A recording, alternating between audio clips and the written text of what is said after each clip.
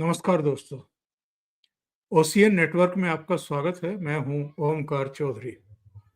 वैसे तो देशव्यापी एक अभियान शुरू हुआ है और इसकी शुरुआत हुई थी गुजरात के अहमदाबाद से, सूरत से और बाद में जूनागढ़ से।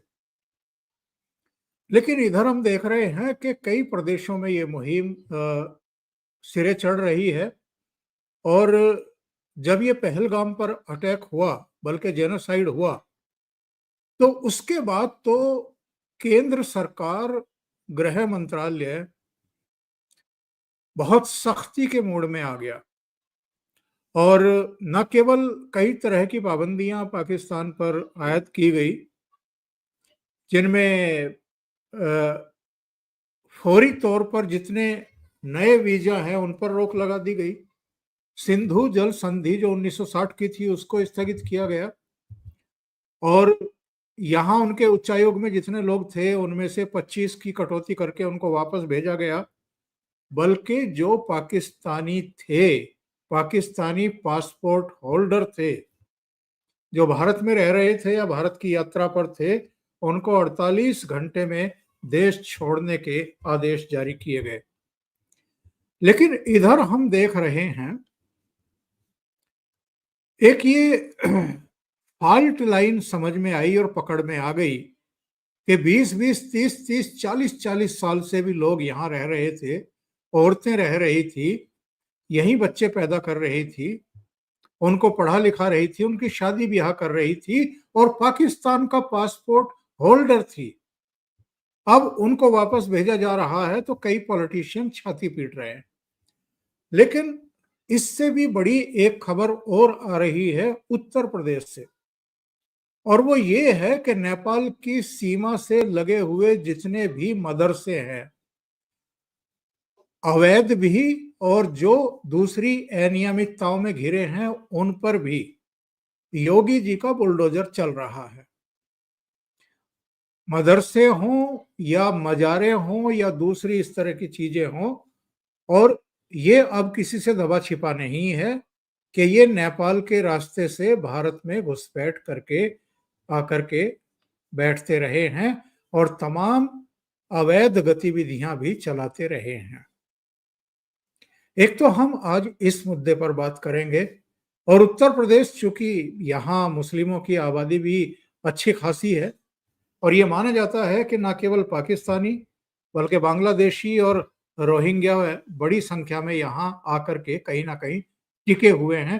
हल्द्वानी वाला प्रकरण भी थोड़ा स्मरण करेंगे। दूसरा मुद्दा, राकेश टिकैत का बीपी अचानक बढ़ क्यों गया है, और वो एक ऐसी आक्रोश रैली में क्यों चले गए जो हिंदू संगठनों के द्वारा आयोजित थी। इनको तो बड़ी परेशानी होती है, आरएसएस से भी, भारतीय जनता पार्टी से भी, मोदी जी से भी, योगी जी से भी। तो फिर हिंदुत्ववादी विचारधारा के संगठनों की आक्रोश रैली में अचानक क्यों पहुंच गए, और वहां से विवाद का सूत्रपात हुआ जो इस समय सुर्खियां बना मीडिया में। इन्होंने कहा कि साहब पगड़ी उछाली गई। मैंने सुबह 6:30 बजे जो एक वीडियो चलाया था उसमें मैंने स्लो करके दिखाया था कि किसी ने पगड़ी को हाथ तक नहीं लगाया, वो खुद गिरी है इनके सिर से, बल्कि एक कार्यकर्ता उठा करके इनके सिर पर वो पगड़ी रखते हुए दिखाई दे रहे हैं। और इसको मुद्दा क्यों बनाया गया, इसको तूल क्यों दिया गया, इस पर भी जरा चर्चा करेंगे। और जिस तरीके से अखिलेश यादव कविताई पर उतर आए और इनके साथ जो इन्होंने महापंचायत बुलाई, मंच पर इकरा हसन से लेकर के हरेंद्र मलिक तक, यानी समाजवादियों का जो जमावड़ा दिखाई दिया है, जरा उस पर भी चर्चा करेंगे। मेरे साथ दो खास मेहमान जुड़ रहे हैं। मेरे साथ वीरेंद्र नाथ भट्ट लखनऊ से जुड़ रहे हैं और दिल्ली से धीरेन्द्र पुंडीर जी जुड़ रहे हैं। तो धीरेन्द्र पुंडीर जी को और वीरेंद्र नाथ भट्ट जी को जोड़ करके चर्चा को आगे बढ़ाते हैं। नमस्कार आप दोनों, नमस्कार। नमस्कार। बहुत स्वागत है। तो वीरेंद्र जी, सबसे पहले मैं आपके पास ही आता हूं। ये नेपाल से लगते हुए लगभग सभी जिलों में पिछले कुछ दिनों से बुलडोजर चल रहा है। योगी जी की कार्रवाइयां चल रही हैं। थोड़ा सा डिटेल बताइए हमारे दर्शकों को, इसके पीछे का एक्चुअल में मूल मकसद क्या है और ये एक बहुत बड़ी समस्या के रूप में सामने आ गई है। देखिए, मूल मकसद तो इस्लाम का पूरे विश्व में एक है, कब्जा करना। तो इसमें यहाँ कोई नई बात नहीं है। 1996 में जो पहले इंटेलिजेंस ब्यूरो के डायरेक्टर थे, यूपी के राज्यपाल भी रहे हैं, टीवी राजेश्वर, वो पश्चिम बंगाल के भी गवर्नर रहे हैं। 95-96 में वो बंगाल के गवर्नर थे। तब उन्होंने दिल्ली के एक बहुत बड़े अंग्रेजी अखबार में 3 पार्ट में एक लंबा लेख लिखा था कि बंगाल की डेमोग्राफी कैसे बदल रही है आज से 30 साल पहले, और कैसे जो है पश्चिम बंगाल और बांग्लादेश की बॉर्डर पर मस्जिदों का और मदरसों का पूरा जाल फैल रहा है। यूपी में ये खबरें आज लगभग 35-40 साल हो गए, ये खबरें छुटपुट तरीके से चल रही हैं, लेकिन ये जो है मदरसों का और अवैध मस्जिदें और जमीन कब्जा करने के नाम पे फर्जी मजारे बनाने का धंधा जारी है। योगी आदित्यनाथ की सरकार बनी है मार्च 2017 में। अगस्त 2017 में उन्होंने पूरे प्रदेश में मदरसों के सर्वे का आदेश दिया और ये कहा कि भाई जितने मदरसे जो हैं जिनको राज्य सरकार से सहायता मिलती है, जो अनुदानित हैं, एडेड हैं, उनका सारा डाटा जो है डिजिटाइज होना चाहिए कि किस बिल्डिंग में है, बिल्डिंग किसकी है, किराए की है, मालिक कौन है, कितना स्टाफ है, कितने टीचर हैं, सबके बैंक अकाउंट क्या है, आधार कार्ड क्या है, कितने स्टूडेंट हैं, कितनी स्कॉलरशिप मिलती है, सबके खाते में जानी चाहिए। तो उससे तमाम फर्जी मदरसे निकले जो केवल कागज पे थे, वो करोड़ों रुपए की ग्रांट साल में खा रहे थे। वो काम अभी तक चल रहा है। उसके बाद से क्या जो है यूपी गवर्नमेंट ने कहा कि भाई जो अवैध मदरसे हैं वो बंद किए जाएंगे, और जो नॉन रजिस्टर और कोई रास्ता उसको अनुदान मिल रहा हो या ना मिल रहा हो, लेकिन रजिस्ट्रेशन मदरसा बोर्ड के साथ जरूरी है। और तो अब जो है उसके बाद सरकार ने लखीमपुर, पीलीभीत, बहराइच, बलरामपुर, बस्ती, श्रावस्ती, महाराजगंज, ये 7 जिलों में जो है व्यापक सर्वे किया गया। यहाँ से भारत की नेपाल सीमा है। जो आज की खबर आई है कि बलरामपुर, सिद्धार्थनगर, श्रावस्ती, पीलीभीत, महाराजगंज में आज कार्रवाई हुई है। महाराजगंज में 33 और सिद्धार्थनगर में 21 अवैध धार्मिक स्थल और मदरसे मिले हैं। पीलीभीत में भी मिला है और कुछ का डेमोलिशन भी हुआ है। तो ये पूरी जो नेपाल बॉर्डर है, इसको पहले कहते थे लैटरल रोड प्रोजेक्ट या आसाम रोड।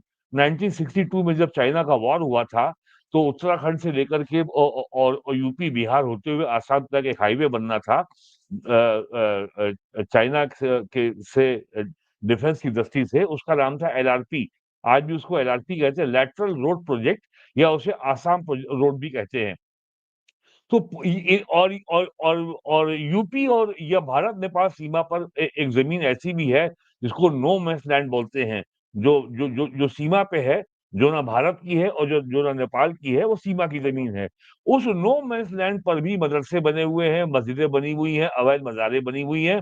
और अब तो जो यूपी से सटा हुआ और एक इलाका बड़ा कुख्यात है बहराइच जिले का, रुपैडीहा। अब तो वहां पे जो यूपी से सटा हुआ जिला नेपाल का है, वहां तो मुसलमानों ने हिंदुओं पे हमला भी शुरू कर दिया, तो दंगे भी शुरू हो गए हैं। अब उनकी इतनी ताकत हो गई है। इस बार सरकार ने बहुत समय रहते ये कार्रवाई की है, और अगर यहाँ पे ये कार्रवाई नहीं होगी, तो ये इलाका पहले पश्चिम बंगाल बनेगा, उसके बाद ये इलाका कश्मीर बनेगा। हालांकि केवल इसमें 2 ही जिले ऐसे, बल्कि मैं कहूँगा कि सबसे ज़्यादा आबादी सिद्धार्थनगर जिले में है। एक तहसील है इटवा, जहाँ से हमारे जो नेता विपक्ष हैं, माता प्रसाद पांडे समाजवादी पार्टी के, वो विधायक हैं, वो जीतते हैं मुस्लिम वोटों से ही। और दूसरी तहसील वहाँ पे शोरतगढ़, और एक है डुमरियागंज।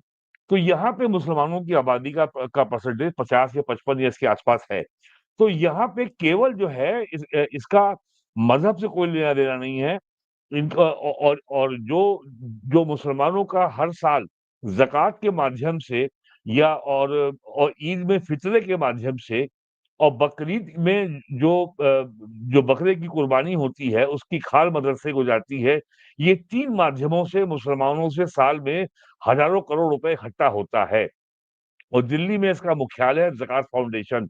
ज़कात फाउंडेशन पूरे देश में कहाँ मस्जिद बननी है, कहाँ मदरसा बनना है, उसको पैसा देता है और उसका केवल ये है कि इस्लाम की ताकत का कैसे विस्तार होगा। जैसे सहारनपुर का दारुल उलूम देवबंद है, दारुल उलूम देवबंद को किसी मदरसे को कहीं से कोई मान्यता प्राप्त नहीं है, ना ही कोई वो गवर्नमेंट से ग्रांट लेता है और उसको ज़कात फाउंडेशन से साल में अरबों रुपए मिलता है और उसका केवल ये है पूरे भारत में, पाकिस्तान में, अफ़गानिस्तान में जो देवबंदी वहाबी जिहादी आतंकवादी इस्लाम है, उसका मुख्यालय हमारे उत्तर प्रदेश के देवबंद में है। तो ये जो है अगर ये कार्रवाई नहीं होगी और केवल मदरसों को बंद कर देना या 2-4 को तोड़ देना पर्याप्त नहीं है। ये सस्टेन्ड लगातार ये कार्रवाई करनी होगी। ये कार्रवाई ऐसे ही चलती रहनी चाहिए तभी इसका असर दिखाई पड़ेगा और ये कार्रवाई होगी इसलिए होगी कि अब संसद से नया वक्फ कानून बन गया है। हालाँकि सुप्रीम कोर्ट में चुनौती दी गई है और 5 तारीख को उसकी सुनवाई है।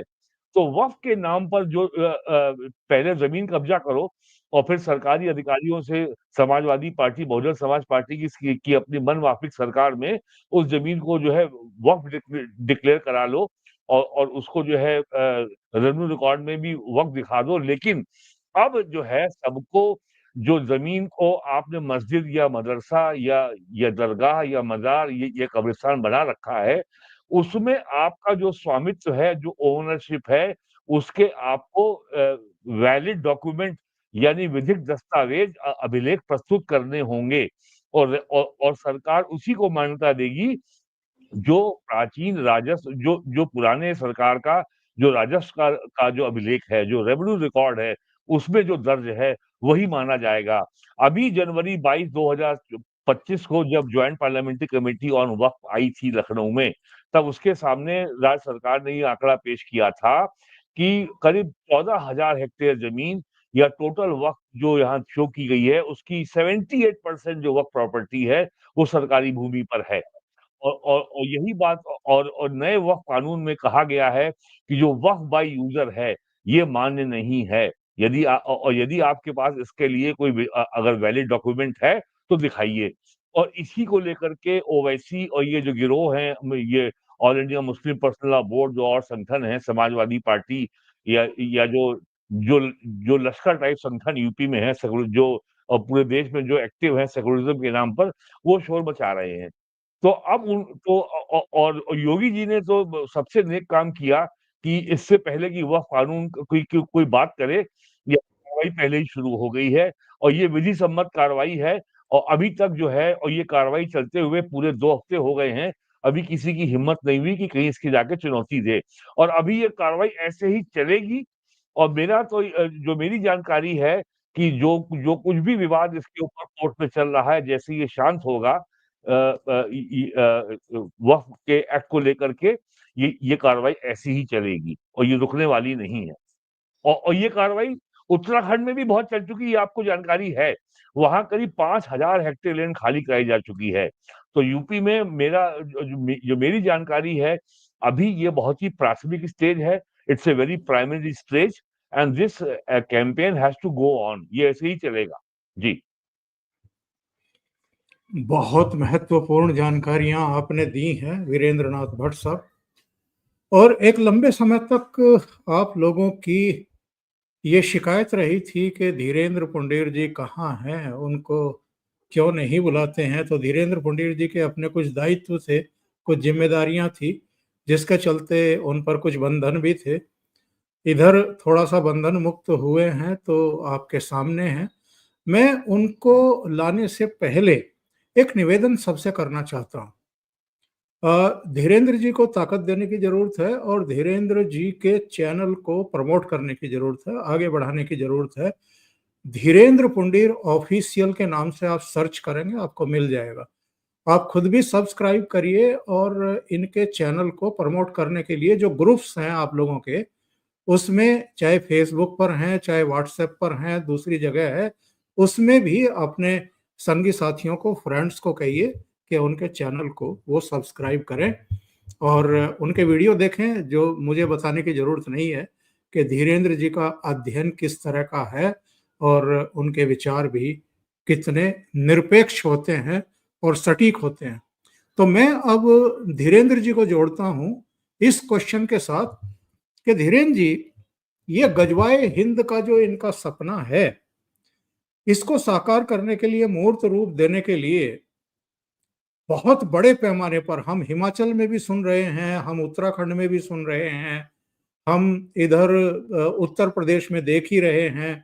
खास तौर से जो सीमावर्ती इलाके हैं और दूसरे देशों से लगते हुए इलाके हैं, वहां पर अचानक इनका विस्तार हुआ है पिछले करीब करीब 1.5-2 दशक में।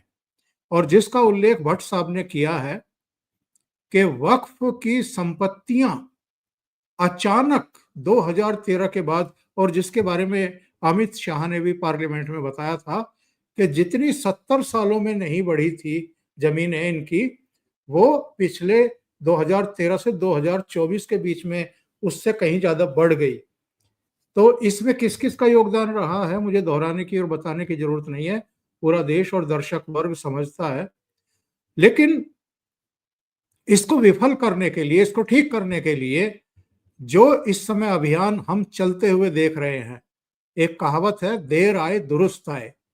लेकिन देर से ही सही हम एक सही दिशा में सरकारों को बढ़ते हुए देख रहे हैं, केंद्र सरकार को भी और राज्य सरकारों को भी, खास तौर से Bharatiya Janata party ruled state. नमस्कार और आपका बहुत बहुत धन्यवाद चैनल के लिए बताने के लिए। मैं इससे शुरू करता हूं कि खबर उन्होंने वीरेंद्र जी ने दी, लेकिन मैं उसमें एक लाइन जोड़ देता हूं कि Shimla municipal corporation commissioner court ने जी, खबर आ गई है। हाँ। ये कह दिया कि 5 मंजिल उसकी अवैध है। अभी तक 2 मंजिल की बात थी, पहले ऊपर से हटानी थी, लेकिन अभी पता चला है वो डॉक्यूमेंट दे ही नहीं पाई। यानी जो जितने विस्तार और बहुत ऑथेंटिक तरीके से अभी वीरेंद्र सर ने जो बताया, उसका ये पूरा का पूरा एक नमूना है कि आज ही संजौली जिसको लेकर इतना विवाद हुआ था, पूरा उसमें आपने देखा कि पूरा का पूरा ही इलीगल स्ट्रक्चर है। Mosque were illegal, ordering the demolition of the entire structure. तो ये बहुत बड़ी बात है। मुझे लगता है कि ये इस बात की तरफ इशारा करती है कि वक्फ को लेकर वो लोग इस बात के इस है या देश नहीं रहेगा या सड़कों पे, हालांकि वो हर एक चीज पर आता है। एक सिस्टम मैंने देखा है, चाहे वो सीए पे हो, जिसमें कोई आज तक एक की भी कोई नागरिकता रद्द करने का जो था ही नहीं, उसको उस तरह किया, क्योंकि ये एक इको सिस्टम है। ओंकार सर, मैं ये भी कहूंगा कि पूरी कोशिशों के बावजूद सरकारों से ज्यादा डिमांड है जनता की कि आप ये कीजिए। मैं कई बार ये सोचता हूं कि लोग, व्यक्ति जरूर स्टीयर करते हैं, एक नाविक अपनी नाव को दिशा जरूर देता है, लेकिन उससे पहले नाव पानी में आती है, नाव बन के आती है। तो जनता ने इन लोगों को इसीलिए चुना है और जनता इस वक्त ये मांग रही है। इसमें सीधे तौर पे मैं कह रहा हूं, आप देखिए कल एक रेप की घटना होती है नैनीताल में, उसके बाद उसमें जिस तरह से वहां जो यहाँ से गए हुए लोग नीचे से ऊपर जाके पहाड़ में बसे माइनॉरिटी कम्युनिटी के, वो रेप की कई सारी घटनाओं का वो जो हवाला देते हुए लोगों ने, और उसके बाद जो भीड़ बाहर निकल के सड़क पे आई, वो इस डर को लोगों के वो कर रही है। और पब्लिक की इस मांग को मुझे लगता है कि जो सरकारें, खासतौर से जो बीजेपी रूल्ड स्टेट है, उनको वोट देने के पीछे बड़ा कारण वही होता है। उत्तर प्रदेश में अगर हम लोग योगी आदित्यनाथ की सरकार की वापसी देखते हैं, तो आप तो मुझसे बहुत सालों से और वीरेंद्र जी तो बहुत पहले से कवर कर रहे हैं, लॉ एंड ऑर्डर पर लौटने वाली सरकार थी। और लॉ एंड ऑर्डर, मैं एक छोटे से उदाहरण से बात करता हूं कि मुजफ्फरनगर में बहुत फेमस हलवाई है, आपको मालूम होगा, बुद्धू मल। मैं उनकी दुकान पे एक बार ऐसे ही खड़ा, उनका पोता, मैं जब मुजफ्फर से जाता हूं तो मैं, ये सरकार जब रिपीट की थी तो मैंने उससे पूछा कि ये पानी तो यहाँ भरा हुआ है सड़क पे, तुमको क्या है? तो कहने सर ऐसे 10 पानी भर जाएं। तो मैंने कहा फिर क्या हुआ? तो कहने लगा कि मैं रात को 8 बजे निकल, पहले बंद हो जाती थी, 7 बजे मेरे घर से 10 फोन आ जाते थे, अब मैं रात को 9 बजे आराम से जाता हूँ और खाला पार से होते हुए घूम के आता हूँ, तब अपने घर जाता हूं। तो जो लॉ एंड ऑर्डर का जो प्रेजेंस थी, वो इस सरकार ने दी, इन सरकारों ने दी। आप जिसकी बात कर रहे हो उसके बारे में डिटेल से बताया, लेकिन मुझे लगता है कि प्रकाश सिंह की रिपोर्ट भी, जब वो बीएसएफ में थे, पूरी एक मदरसों पे जो है पूरा एक विशाल दस्तावेज था कि किस तरह से ये वहाबी एजेंडे को बढ़ा रहे हैं। और मैं चूंकि खुद अभी आज से 3 या 4 साल पहले मैंने बहराइच, सिद्धार्थनगर और इधर गोरखपुर के मंडल में ये सब उनके बॉर्डर्स पर जाकर कवर किया। बल्कि एक और जो जिसकी बात की उन्होंने वीरेंद्र जी ने कि नेपाल में किस तरह से शुरू हो गया, तो वो बाकायदा इंडियन बॉर्डर पार करने के बाद हम लोग गए वहां, उसका मुख्यालय इस्लामिक नेपाल संघ, नेपाल इस्लामिक संघ शायद इस नाम से है, इस्लामिक नेपाल संघ इस नाम से है, दोनों में से एक से है।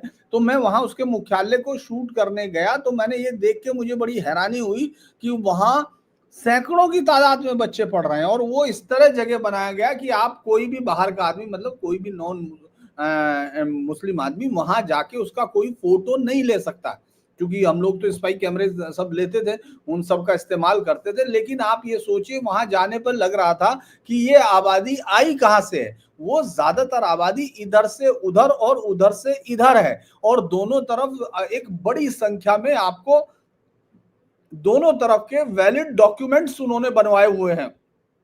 ये तो सरकार अभी तक इस जाल को नहीं तोड़ पाती है, जो ये आधार कार्ड का और फर्जी आधार कार्ड का जो एक बहुत बड़ा रैकेट है इस देश में। मुझे लगता है कि वो तो राष्ट्रद्रोह की श्रेणी में आना चाहिए। यूपी में काम चल रहा है सर, इस पे काम चल रहा है, यूपी में बहुत बड़ा काम चल रहा है। तो ये एक बड़ी बात है। मेरा कहना ये है कि जब मैं रुपईडीहा में और उस सब में जिनका आपने जिक्र किया, मैं चूंकि एक ऑपरेशंस के दौरान स्टोरी करने गया, तो आप ये हैरान होंगे कि वहां पूरे मार्केट में माजिद मनियार ये नाम था, बाद में उसका मर्डर हुआ आपस में परवेज टांडा के साथ, यानी दो बड़े नोटों के तस्कर के उनके बीच में लड़ाई हुई। और जब मैं माजिद मनियार के यहाँ गया उसके पास पूछने, तो आपको ये मालूम होगा कि उन्होंने वो पूरा पैसा हासिल करके उसमें से एक बड़ा हिस्सा वो इस तरह के अवैध जो धार्मिक संस्थान है उनको खड़ा कर रहे थे। आपको हैरानी होगी, चूंकि जो लोग दर्शक हमारे देख रहे हैं वो तब तक समझ ही नहीं सकते कि आप इधर से घुसिए, ये मस्जिद में इधर से घुसिए, ये हिंदुस्तान में घुसे, और इधर से आप निकल गए वो नेपाल में निकल गए। वहां है बहुत सारी चीजें, मतलब जबकि भारत सरकार पूरा कोशिश कर रही है, लेकिन दूसरी तरफ से उनको उतना समर्थन अब नहीं मिल रहा, क्योंकि लेफ्टिस्ट जो गवर्नमेंट है जिसका वो है, वो आपको अब नेपाल में मिल गई। यानी जो नेपाल था, जो हिंदू एकमात्र हिंदू धर्म की राज्य था पूरी दुनिया में, वो वहां आप सोचिए कि इस्लामिक ताकत वामपंथी ताकतों के साथ मिलके, जो कि अमूमन हर जगह हुआ है, बाद में फिर इस्लामिक फोर्सेस ने उनको डंडे से मारा और उनको फांसियों पे लटकाया। ये रिकॉर्ड आज तक है।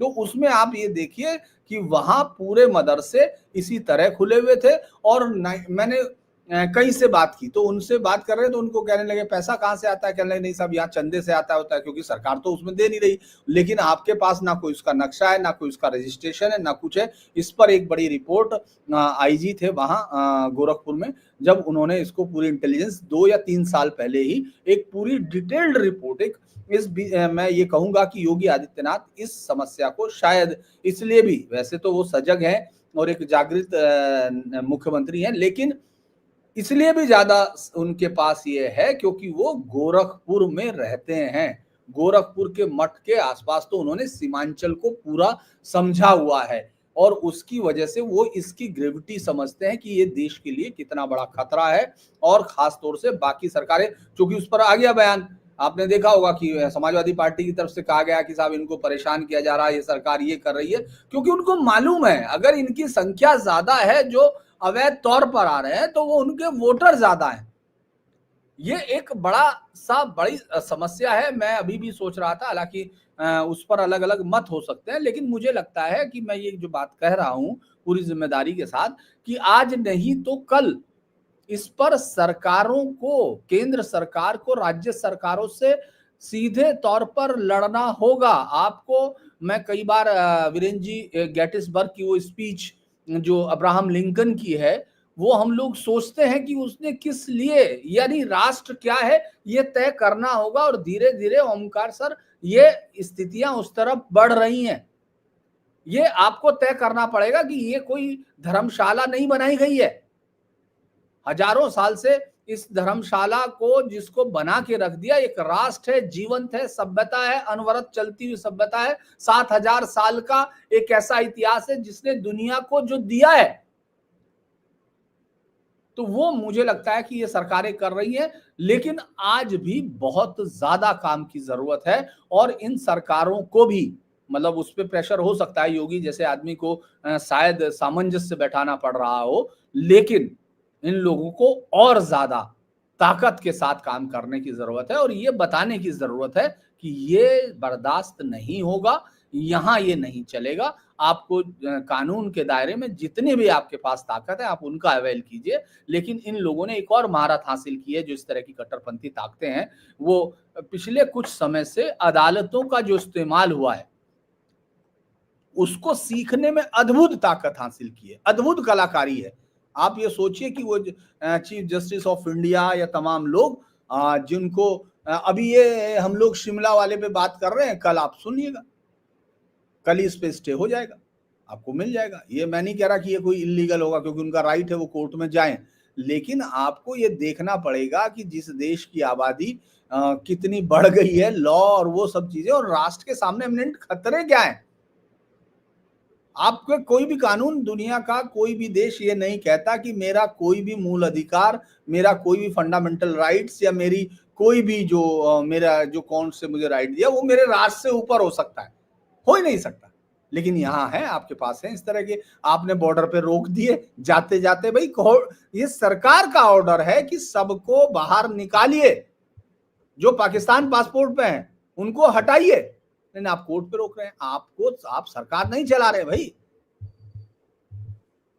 तो ये मुझे लगता है कि थोड़ा सा उस पे जरूरत है, कि उस पे देखने की जरूरत है। अरे कल क्या किया नैनीताल हाई कोर्ट ने कि भाई आप जो 76 साल के मुसलमान ने 12 साल की हिंदू लड़की से रेप किया, एसएसपी से कहा कि आप बिना शर्त माफी मांगिए और उसका घर आप नहीं गिरा सकते। क्या हुआ कल जो है आप कश्मीर हाई कोर्ट में सीआरपीएफ कांस्टेबल के 8 बच्चे, पत्नी, और उससे कहा गया पाकिस्तान जाओ, हाई कोर्ट ने स्टे कर दिया। ये तो हाई मतलब कोर्ट सेंस ऑफ जो है मेरी समझ में ये नहीं आ रहा कि जो बेसिक साइंस, जी जी मैं ये कहना चाह रहा हूं कि आपको ये समझने की जरूरत है कि भाई आप इतने साल तक इस देश में रहे, आपने नागरिकता नहीं ली।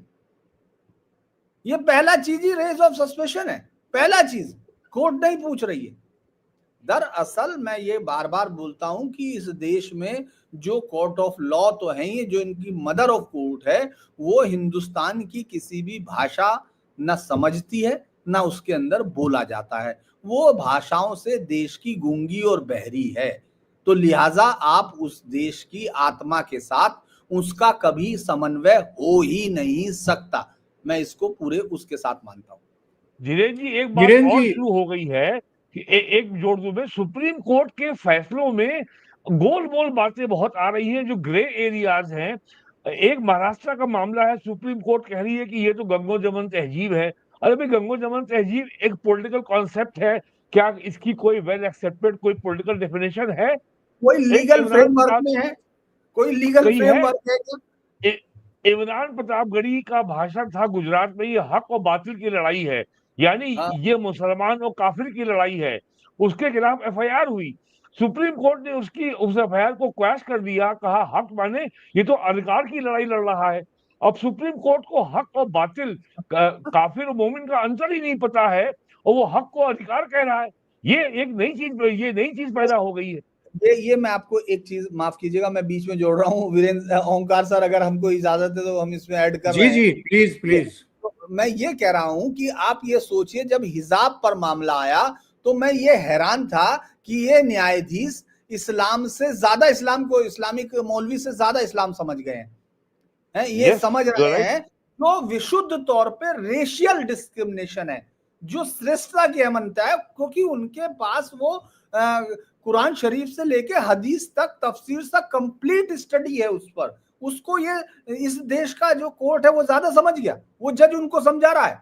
जैसे कई बार हिस्टोरियन लिखते हैं कि मैं बात कर रहा हूं, जज साहब मुफ्ती हो गए हैं ना, जज साहब मुफ्ती हो गए, आप तो मौलवी की बात कर रहे हैं, जज साहब मुफ्ती हो गए, वो आमिल फाजिल सब कर चुके। दरअसल आप ये सोचिए कि बाबर के दिमाग को आज 500 साल बाद ये जो वामपंथी हिस्टोरियन है इन्होंने पढ़ लिया वो कह रहा है कि मैं गाजी बनूंगा, ये सब करेंगे, ये करेंगे, मरेंगे तो शहीद होंगे, लेकिन ये कह रहे हैं कि उस समय उसने राजनीतिक तौर पे दिमाग लगाया, उसने ये सोचा होगा, ये उसका ब्रेन निकाल के उसमें से वो निकाल रहे हैं। ये कुछ भी हो रहा है। जी सर।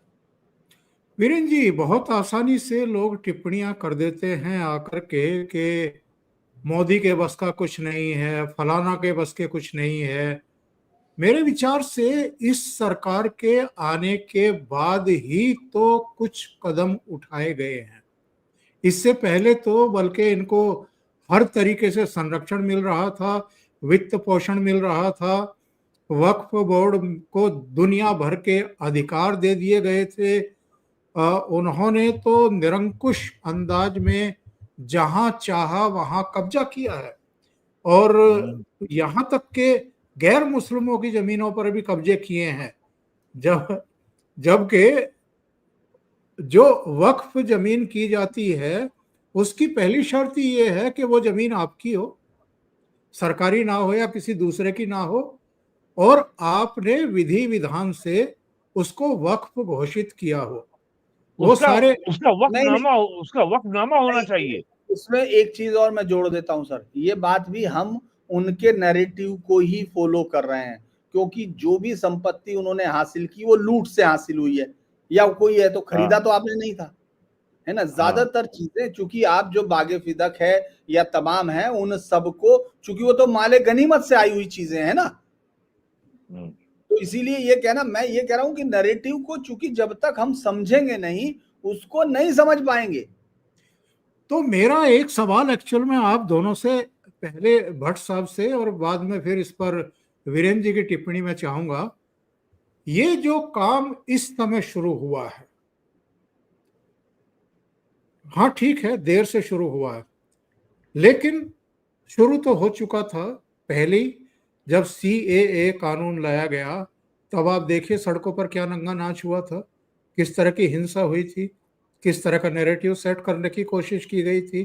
पूरा इकोसिस्टम और पूरा लुटियन मीडिया और ये सब, Congress party, Asaduddin Owaisi, Samajwadi party, RJD, Mamata Banerjee, इन्होंने किस तरह के झूठ फैलाए थे कि मुसलमानों की नागरिकता छिन जाएगी, और देश में एक गृह युद्ध के लिए उनको प्रेरित करने की साजिशें रची गई थी। अब भी ये कहा जा रहा है जब वक्फ कानून लाया गया, मदरसे छिन जाएंगे, मस्जिदें छिन जाएंगी, यतीम खाने छिन जाएंगे, कब्रिस्तान छिन जाएंगे, आप लोगों को दफनाया कहाँ जाएगा जब आप मरेंगे। ये इन पर अंकुश कैसे लगेगा जो वोट बैंक पॉलिटिक्स करते हैं? वीरेंद्र जी।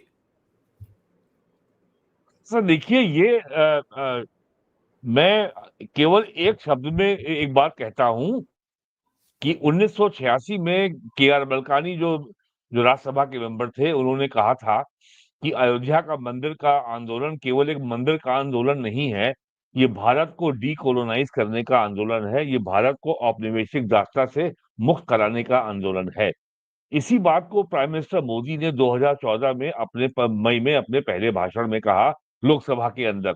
और इसी बात को उन्होंने और आगे बढ़ाया जब उन्होंने कहा कि भारत में विकास और विरासत साथ चलेंगे। ये बात उन्होंने 22 जनवरी 2023 को अयोध्या में प्राण प्रतिष्ठा समारोह के संबोधन में कही। इसी बात को यूपी के मुख्यमंत्री योगी आदित्यनाथ जी ने भी बार-बार दोहराया है। तो जब आप डीकोलोनाइज करने की बात करेंगे तो आप ये सवाल उठाएंगे कि जो इस्लामी हमलावर थे और जो लुटेरे थे, जो केवल यहाँ के मंदिरों को लूटने के लिए और काफिरों की औरतों यानी माले गनीमत को लूटने के लिए आए थे, उनको वक्फ प्रॉपर्टी क्रिएट करने का अधिकार कहाँ से मिला? जो प्रॉपर्टी आपने लूट के बनाई, अब यहाँ पे जो जो लोग वक्फ का की जब जब इतिहास खोजते हैं, तो वो पहुंच जाते हैं अलाउद्दीन खिलजी तक। यानी या उससे पहले जब यहाँ पे दिल्ली में तुर्कों की हुकूमत थी, मुगलों के आने के पहले 15th सेंचुरी में, जिसको हम कहते हैं दिल्ली सल्तनत। तो ये लड़ाई लंबी चली आ रही है और इसको जो है और जिन लोगों को लगता है कि योगी ने कुछ नहीं किया, मोदी ने कुछ नहीं किया, तो उनको योगी मोदी के आने के पहले का इतिहास देख लेना चाहिए और उनको ये पता होना चाहिए कि भारत आज भी एक एक अर्ध इस्लामिक स्टेट है। भारत आज भी सेमी इस्लामिक स्टेट है। 17वीं सेंचुरी में जो औरंगजेब के ज़माने में जो 10 वॉल्यूम में फतवा आलमगीरी जो ड्राफ्ट हुआ था, वो भारत में आज भी लागू है। भारत के सारे सुन्नी मदरसों में वो आज भी पढ़ाया जाता है। भारत के सारे जो आपके जो शरिया कोर्ट हैं, जो काज़ी हैं, जो दारुल कज़ा हैं, दारुल देवबंद हो या चाहे वो आपका बरेली हो, वो सब उसी फतवा आलमगीरी को मानते हैं। और वो 10 वॉल्यूम है, उसका एक वॉल्यूम है, उसका नाम है किताबुल वक्फ। वक्फ प्रॉपर्टी कैसे की जाएगी वो भी फतवा आलमगीरी लागू होता है। और जितना मुस्लिम पर्सनल लॉ है, जो भी इस्लामिक लॉ इंडिया में लागू है, जो पार्लियामेंट के बनाए हुए कानून के तहत है, वो भी जो है फतवा आलमगीरी है। उसको जो है बदला है अभी जो ट्रिपल तलाक के एक्ट को जो है अब बैन किया गया है। तो ये बहुत लंबी लड़ाई है, ये एक दिन की लड़ाई नहीं है। और लोगों को सरकार की आकलन करने का एक ही आधार होता है कि पेट्रोल का दाम क्या है और एलपीजी सिलेंडर का दाम क्या है। तो ये एक सभ्यता को बचाने की लड़ाई है। ये सभ्यता को अभी हम ये नहीं कह सकते कि अपनी सभ्यता को आगे ले गए हैं। हम सभ्यता को बचाने की लड़ाई लड़ रहे हैं और लगातार हार रहे हैं। क्या हुआ कश्मीर में? एक आदमी मारता है वो भी मुसलमान है, एक आदमी बचाता है वो भी मुसलमान है। तो हर जगह सेंट्रल स्टेट में मुसलमान रहता है, हिंदू कहीं नहीं रहता है। और जो पॉलिटिकल ऑर्डर है, जो अंग्रेज के ज़माने में बन गया था, जो अंग्रेज बना गए थे कि मुसलमान एक ऐसी कम्युनिटी है जो जो 1 सेकंड के भड़काने पर आग लगाने को तैयार रहती है। और ये बात जो है कम्युनिस्टों ने पहचान लिया। आज 100 साल से कम्युनिस्टों के सबसे प्रिय अगर कोई है, तो मुसलमान हैं। और जो कॉलोनियल पावर है, जिनको हम कहते हैं यूरोप एंड अमेरिका, उनके सबसे प्रिय कौन है? मुसलमान हैं। और कम्युनिस्टों का जो नया वर्ज़न आ गया है वोकिज़्म, WOKE, आज वोकिज़्म के सबसे बड़े अगर कोई सिपहसालार हैं, तो मुसलमान हैं। पूरे दुनिया में फिलिस्तीन के समर्थन में अमेरिका और यूरोप की यूनिवर्सिटी में जो आंदोलन चल रहा है, हार्वर्ड में और कोलंबिया में, जिस पे क्रैकडाउन किया है डोनाल्ड ट्रंप ने, वो कौन चला रहा है? वो सारे वोक हैं और कम्युनिस्ट हैं। और उनके फुट सोल्जर, उनके सिपाही कौन हैं?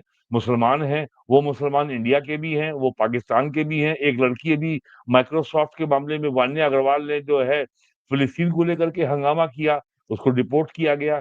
कई जो है भारतीय छात्र जो हिंदू हैं, उनको डिपोर्ट किया गया, वो इनके जाल में फँस गए। तो ये बहुत लंबी लड़ाई है। और भारत में जो जो वोकिज़्म का अड्डा है, वो सबसे एक जो है वो ऊपर नंबर 1 पे जेएनयू है। और इनका सबसे बड़ा गठबंधन किससे है? जामिया मिलिया इस्लामिया यूनिवर्सिटी दिल्ली से है। इनका सबसे बड़ा गठबंधन किससे है? अलीगढ़ मुस्लिम यूनिवर्सिटी से है। इनका सारा कब्ज़ा है, हर जगह यूनिवर्सिटी पे कब्ज़ा करो। एक एक यूनिवर्सिटी बंगाल में, जादवपुर यूनिवर्सिटी में कब्ज़ा करो, वहाँ भी है इनका। तो इनका जो नेटवर्क है एकेडमिक वर्ल्ड में है, इनकी ताकत मीडिया वर्ल्ड में है, इनकी ताकत बॉम्बे फिल्म इंडस्ट्री में है। और इनकी ताकत जो है ये अपोजिशन पॉलिटिकल पार्टीज हैं, ममता बनर्जी है, कांग्रेस है, या जो आरजेडी है। इसका अब तो इनका नाम ही पिंडी अलायंस हो गया है। ये इंडी अलायंस नहीं है, ये तो रावलपिंडी अलायंस है। और ये लश्कर ए कांग्रेस हो गई है। तो इनका ये पॉलिटिकल मॉडल है। इनको और इनका और इसकी बुनियाद भी ये है कि समाज को में जो है सबवर्जन करो, ध्वंस पैदा करो, अस्थिरता पैदा करो, अराजकता पैदा करो, एनार्की पैदा करो, इंस्टेबिलिटी पैदा करो। इस और उसके और इसमें हथियार के रूप में, सैनिकों के रूप में मुसलमानों का इस्तेमाल करो और उसके बाद सत्ता पे कब्जा कर लो। ये इनकी स्ट्रैटेजी पूरे दुनिया में है, वही काम यहाँ है। तो मुसलमान तो इनका मोहरा है, वो केवल टूल है। यही काम ये लोग फ्रांस में कर रहे हैं, यही काम ये लोग ब्रिटेन में कर रहे हैं। ब्रिटेन में साढ़े 6 करोड़ की आबादी में मुस्लिम आबादी केवल 40 लाख है। लेकिन ये वोक और जिहादी इस्लाम के गठजोड़ से ब्रिटेन के 11 बड़े शहरों का मेयर जो है, वो मुसलमान है। और उसमें ज़्यादातर भारतीय ये इंडियन सबकॉन्टिनेंट के हैं, इंडिया के हैं या पाकिस्तान के हैं। तो ये लड़ाई इस रूप में है। और उनका एजेंडा बड़ा सुस्पष्ट है, परिभाषित है। उनको कैसे लड़ना है मीडिया में, उनको कैसे लड़ना है सुप्रीम कोर्ट में। और एक नेता जो मंत्री है दिल्ली का, कपिल मिश्रा, कि दिल्ली पुलिस ने एक कबाड़ी वाले को पकड़ा दंगे के आरोप में। और सुबह 10 बजे एक ऐसा वकील उसके पक्ष में सुप्रीम कोर्ट में खड़ा हो गया था, जो एक पेशी का 10 लाख रुपए लेता है, ये उनका इकोसिस्टम है। हमारा जो जो भारतीय राष्ट्रवादी जो इकोसिस्टम डेवलप हो रहा है, पहले तो हमें स्वयं बोध की आवश्यकता है। हम हैं कौन? हम क्या हैं? हम हिंदू हैं, सनातनी हैं या जात हमारी प्राइमरी आइडेंटिटी है? हम ऊँचे हैं, नीचे हैं, अगड़े हैं, पिछड़े हैं, फॉरवर्ड हैं, बैकवर्ड हैं, हम इसी में उलझे रहते हैं। पहले जी, आप जी। बात करें, तो जब तक आपको स्वयं का बोध नहीं आएगा, आपको कभी शत्रु बोध आ ही नहीं सकता। ये सही। सबसे बड़ी समस्या है। नरेंद्र मोदी के आने के बाद और यूपी में योगी जी के आने के बाद ये स्वयं बोध और शत्रु बोध को जानने समझने का एक बहुत ही प्राथमिक अभियान शुरू हुआ है। लेकिन वहाँ भी लोगों को जो है भटकाने वाले और कन्फ्यूज़ करने वाले इतने लोग हैं और इसमें सबसे बड़ा काम कर रहे हैं हमारे टीवी चैनल जो ऊल-जलूल बहस करते हैं, बातों को भटका देते हैं और हम संदर्भ में किसी भी विषय को समझ ही नहीं पाते। अगर योगी जी की सरकार अगर इंडो-नेपाल बॉर्डर पर अवैध मदरसों के खिलाफ कार्रवाई कर रही है, तो ये मुसलमानों के खिलाफ अभियान नहीं है। योगी जी ने अभी नवंबर में विधानसभा में बहुत स्पष्ट कहा कि संभल में 68 तीर्थ थे, 54 मिल गए हैं, 19 कूप थे, सारे मिल गए हैं, उनका जीर्णोद्धार हो रहा है। हमें केवल अपना वापस चाहिए। हमें किसी अन्य समाज का कुछ भी नहीं चाहिए, हमें लेना ही नहीं है, हमें अपना चाहिए। तो इतनी सी बात आज अभी तक यूपी के लोग समझ नहीं पाए कि भई कि जो सरकार जो योगी जी कह रहे हैं या जो बीजेपी कह रही है, वो किसी वर्ग विशेष या मज़हब के खिलाफ नहीं है। आपने ह आपके आप मुगलों को अपना पूर्वज मानते हैं, वो तुर्क थे, वो भेड़िए थे, आदमखोर थे, नरभक्षी थे, लेकिन वो आपके आदर्श हैं। उन्होंने अयोध्या के मंदिर तोड़ा, काशी का मंदिर तोड़ा, मथुरा का मंदिर तोड़ा और जौनपुर की अटाला मंदिर को तोड़ा और वहाँ मस्जिद बनाई। तो यदि हम उसको वापस माँग रहे हैं, तो भारत का संविधान से बना हुआ कानून जो है प्लेस ऑफ वर्शिप एक्ट ये कहता है कि हिंदू अपनी पुरानी धार्मिक सांस्कृतिक विरासत को वापस माँगने के लिए कोर्ट नहीं जा सकता। You cannot seek judicial intervention. You cannot seek any judicial redressal of your grievances. ये यहाँ का कानून है। तो ये बात तो लोगों को सांस्कृतिक, राजनैतिक, ऐतिहासिक संदर्भ में समझनी होगी। उसके बाद उनको स्वयं का बोध उनका विकसित होगा और उसके बाद उनको समझ में आएगा हमारा शत्रु बोध क्या है। शत्रु का मतलब ये नहीं है कि हमें किसी का सर तन से जुदा करना है। हमारी सभ्यता का, हमारी संस्कृति का, हमारी सांस्कृतिक आइडेंटिटी का शत्रु कौन है, हमें ये आइडेंटिफ़ाई करना है। हमें किसी जी, का जी। सर तोड़ना है, हमें किसी का गला नहीं काटना है। जी। सही है। अब अगले विषय पर बढ़ जाते हैं। समय भी अब कम बचा है, लेकिन इस पर एक हम चीज संपूर्ण सर, चर्चा करेंगे। इसके इसके पहलुओं पर हम चर्चा करना चाहेंगे। धीरेन जी, आप कुछ इस विषय पर कहना चाह रहे थे? मैं सिर्फ ये कहना चाह रहा हूँ कि पाकिस्तानी महिला से जो शादी करने वाला सीआरपीएफ जवान था उसको बर्खास्त कर दिया है। मुनीर को, जिसने जो है शादी की थी वो बिना बताए की थी। यही कंसर्न जो मैंने कहा था कि ये संभव कैसे है कि पता नहीं चलेगा, तो वो उसको बर्खास्त कर दिया गया। मुनीर अहमद ने सैन्य बल से, अर्धसैनिक बल चूंकि सीआरपीएफ में था, उससे अपनी जानकारी छिपाई थी, इसीलिए उसको बर्खास्त कर दिया गया। नहीं, मुझे लगता है कि जो कोर्ट का फैसला है उसको भी गवर्नमेंट को चैलेंज करना चाहिए और इस तरीके से ढीला-ढाली रवैया अपनाने से काम चलेगा नहीं। जो भी जजेस साहिबान इस तरह के मामलों में दखल अंदाजी कर रहे हैं, एक न्याय प्रणाली का सहारा लेते हुए, उनको या तो इस समस्या की गंभीरता का पता नहीं है या सरकार का कोई किसी तरह का जो भी वो फैसला लेती है, उसकी गंभीरता का कोई अंदाजा है कि क्यों लिया गया है। बहरहाल अगले विषय पर चलते हैं। अगला विषय ये है साहब कि कल एक इंसिडेंट हुआ। हिंदू संगठनों की एक आक्रोश रैली थी पहलगाम को लेकर के, और मुजफ्फरनगर में जो शिव चौक है, बड़ा मशहूर जगह है, सब जानते हैं, वहां पर वो प्रदर्शन चल रहा था और अचानक वहां राकेश टिकैत मंच पर लोगों को दिखाई देने शुरू हुए। वो अचानक पहुंचे, उनको आमंत्रित भी नहीं किया गया था, और वो ऐसी पृष्ठभूमि के साथ पहुंचे कि उन्होंने भी और उनके बड़े भाई नरेश टिकैत ने भी बहुत विवादित बयान दे दिए थे पहलगाम की इस जेनोसाइड को लेकर के। राकेश टिकैत ने तो यहां तक कह दिया था कि चोर तो यहीं घूम रहा है अपने देश में ही, और चोर कौन है उनकी निगाह में उनको ये भी बता देना चाहिए था फिर खुल करके, अगर वो चोर बता रहे थे तो। और उन्होंने यहां तक कह दिया कि साहब जिनको हिंदू मुस्लिम करके राजनीतिक लाभ मिलता है उन्होंने ये घटना कराई है। यानी एक झटके में उन्होंने सीमा पार से आए आतंकवादियों को भी क्लीन चिट दे दी और पाकिस्तान आर्मी को भी क्लीन चिट दे दी। जनाक्रोश उनके खिलाफ भी है पूरे देश में कि इनका क्या लेना देना है इन सब चीजों से। आप किसानों की बात करोगे समझ में आता है, अनड्यू उनकी भी बात करोगे, धरने प्रदर्शन सड़कें रोकोगे, सरकारों को कहेंगे कि बक्कल उतार देंगे और ये दिल्ली क्या इनके बाप की है, इस तरह के आप भड़काऊ बयान देंगे तो लोग आप पर सवाल खड़े करेंगे, आपकी नीयत के ऊपर सवाल खड़े करेंगे। इनके भाई ने कह दिया कि सिंधु जल समझौता तो ये रद्द होना ही नहीं चाहिए था। वहां भी किसान है, पता नहीं है यहाँ के किसानों की राजनीति कर रहे हैं या पाकिस्तान के किसानों की राजनीति कर रहे हैं। ऐसे माहौल में जबकि आपके खिलाफ भी आक्रोश है, आप हिंदू संगठन की उस आक्रोश रैली के मंच पर बिना बुलाए कैसे पहुंच गए? और अगर लोगों ने विरोध करना शुरू किया तो फिर इन्होंने कहा कि पगड़ी उछाल दी गई, किसी ने इनकी पगड़ी गिरा दी हाथ मार करके। सुबह 6:30 बजे से मेरे चैनल पर एक वीडियो चल रहा है जिसमें मैंने वो पूरे दृश्य दिखाए हैं कि इनके आसपास कोई था ही नहीं पगड़ी गिराने के लिए।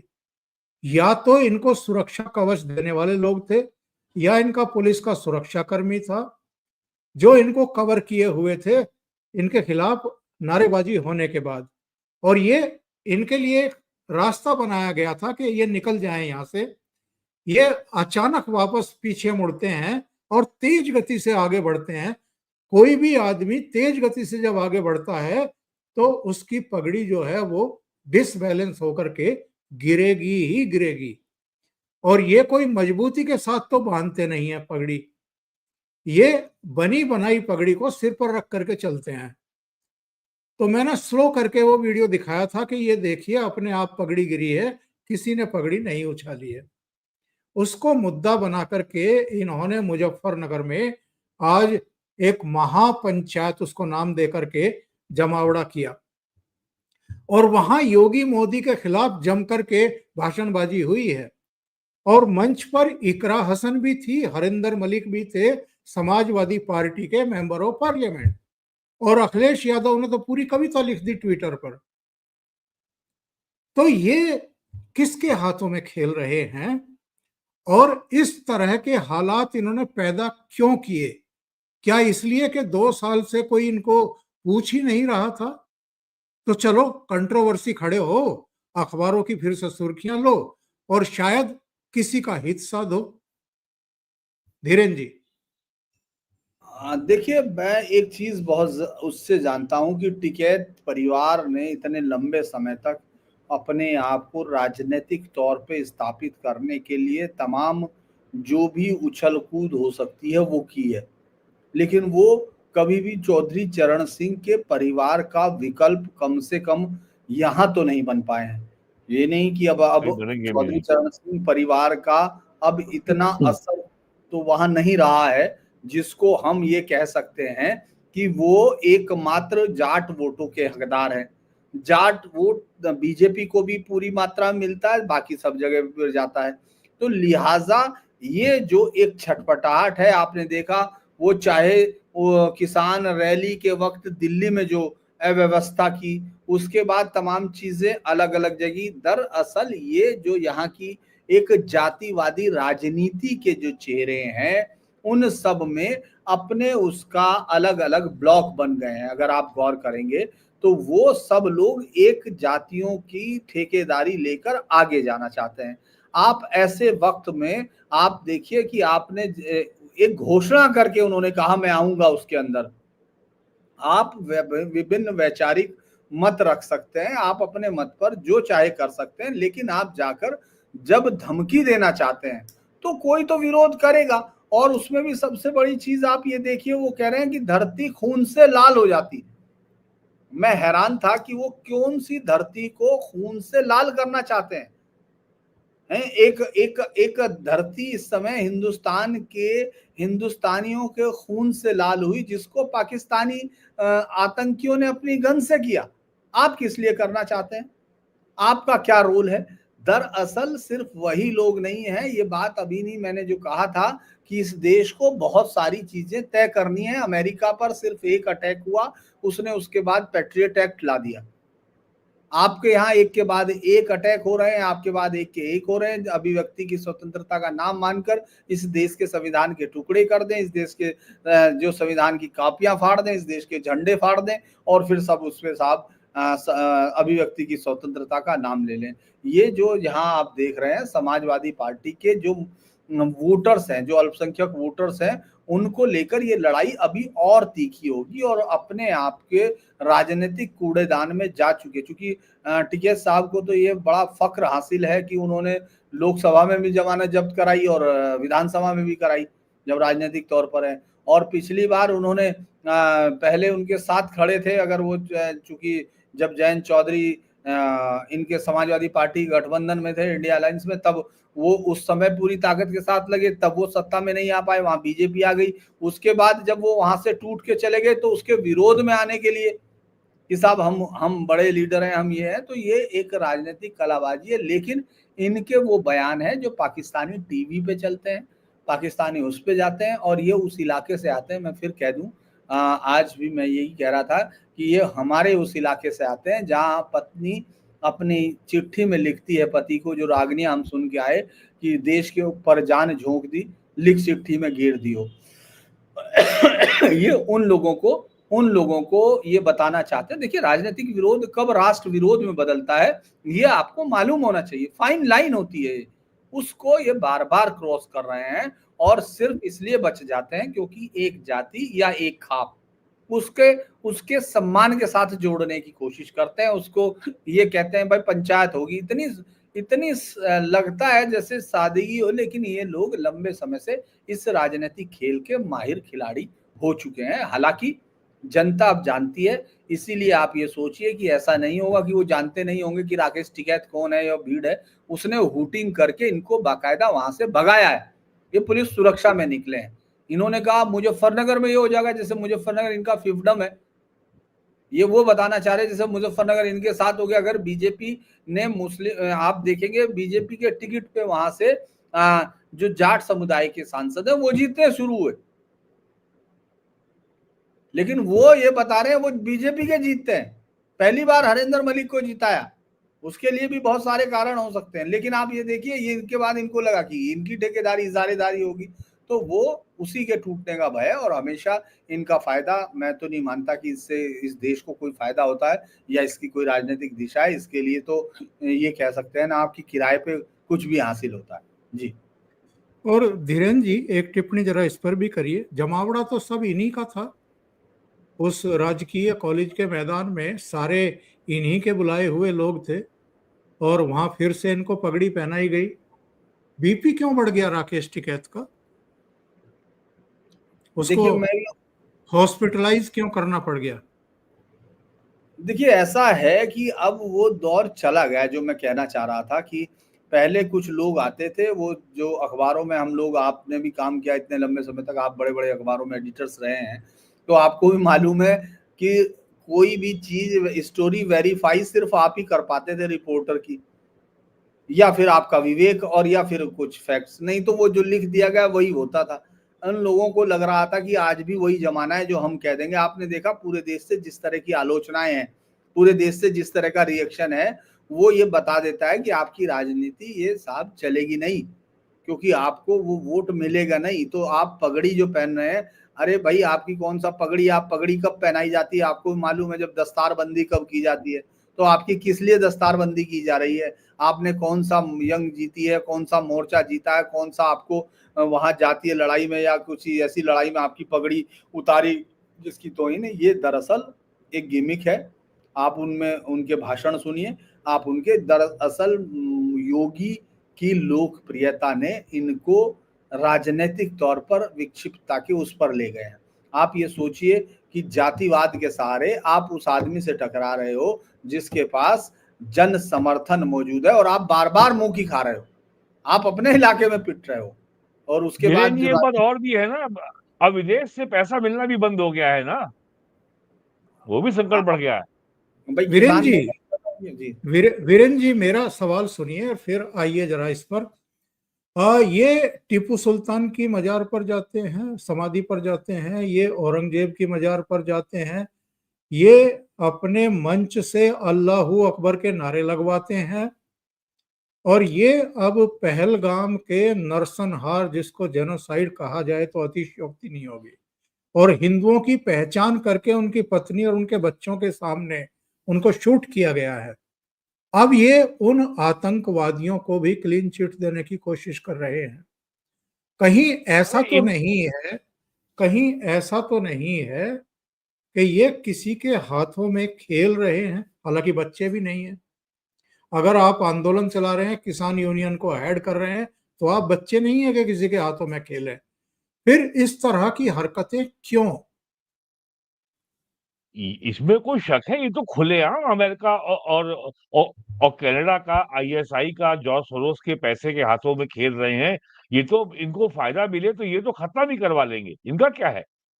ये जो जो जो खाली जो 2021 में साल भर जो दिल्ली हरियाणा बॉर्डर पर जो ये जो बैठे रहे और 1000 करोड़ रुपए से ऊपर खर्चा हुआ किसान आंदोलन पे, ये पैसा कहाँ से आया था? अरबों रुपए के तो खाली ट्रैक्टर आए थे, कहाँ से पैसा आया था? लेकिन किसी ने आज तक ये नहीं बताया कि उन 3 कृषि कानूनों से कहाँ किसानों का अहित हो रहा था। ये जो ग्लोबल वोक वहाबी और जिहादी जो गठबंधन है, जिसको डोनाल्ड ट्रंप ने लात मारी है हार्वर्ड यूनिवर्सिटी में और कोलंबिया यूनिवर्सिटी में, इस समय जो है कहना कल्लाए घूम रहे हैं, अब उनको कहीं से राहत नहीं मिल रही है। जो पूरा जो ग्लोबल लेफ्ट माफिया है, जो जो लेफ्ट और जिहादी अलायंस है, वो इस समय पूरा अब जो है परेशान घूम रहा है फ्रांस में, ब्रिटेन में, जर्मनी में और अमेरिका में, कनाडा में। और जिस तरीके से कनाडा में जो नया पीएम इलेक्ट हुआ है और जिस तरीके से वहां पे खालिस्तानियों की हार हुई है, जो उनकी पार्टी की सीटें 12 थी, उनका मेन नेता जो सबसे बड़ा नेता था खालिस्तान का, वही चुनाव हार गया। उसकी राष्ट्रीय पार्टी का दर्जा छिनने वाला है, उसकी सीटें आधी हो गई। तो ये जो ग्लोबल जो है, इनका केवल एक ही है कि भारत पिछली को आगे बढ़ने से रोकना है। पिछली बार 27 हाँ। सीटें आई थी, घट करके 12 रह गई। हाँ, तो अब उनको किसी तरीके से अमेरिकन ट्रेड रिप्रेजेंटेटिव ने दिल्ली में ये कहा था अभी पिछले महीने कि इंडिया जो है हमारे लिए अगला चाइना बन के उभर रहा है और हमें इस संभावना को रोकना है। तो ये सारा जो राहुल गांधी जो है, ये पिंडी अलायंस है, लश्कर ए कांग्रेस है, लश्कर ए समाजवादी पार्टी है, यही तो कर रहे हैं। लेकिन लोगों को ये बात समझ में कहाँ आती है? भारतीय मतदाता की जो पहली प्रायोरिटी उसकी जाति है, तो भाई ठीक है, जाति में के जो है गौरव में अपने को सेको, उसी में मजा लो, है ना सर? चलिए समाप्त किया जाए, हैं? बहुत बहुत धन्यवाद आप दोनों का जुड़ने के लिए और दोनों महत्वपूर्ण मुद्दों पर नमस्कार। बहुत ही सार्थक चर्चा करने के लिए। Thank you okay so sir. Much. नमस्कार।